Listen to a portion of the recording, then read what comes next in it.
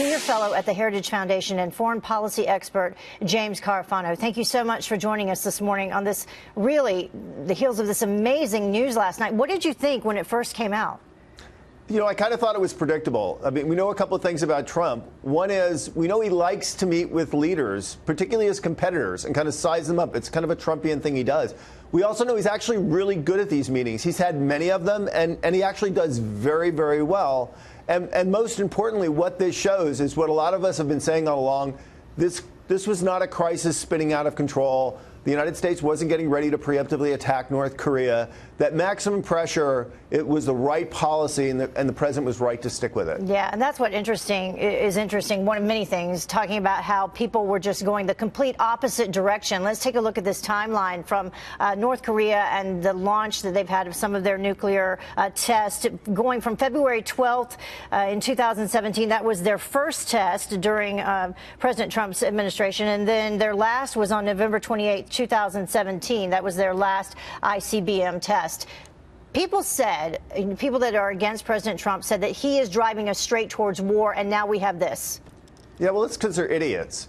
Look, I mean, the reality is maximum pressure is exactly the right strategy. Missile deterrence, nuclear deterrence, conventional deterrence with our allies, heavy sanctioning. These keep Kim from becoming a more serious threat.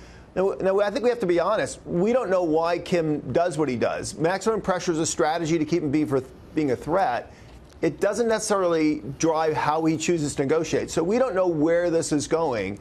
But I think the critics who basically just reflexively attack the administration for saying, well, they have absolutely no idea what they're doing, I mean, they really ought to start having second thoughts.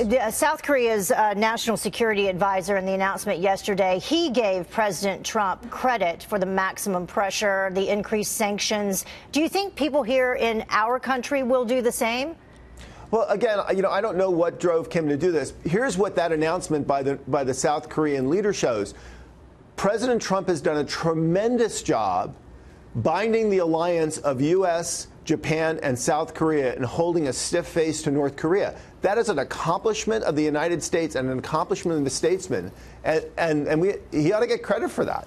Well, no sitting U.S. president, from what I understand, has ever met a North Korean president. This is the first world leader that Kim Jong Un will have met at all. Now, he hasn't traveled outside of North Korea. Where do you think that they'll have this meeting?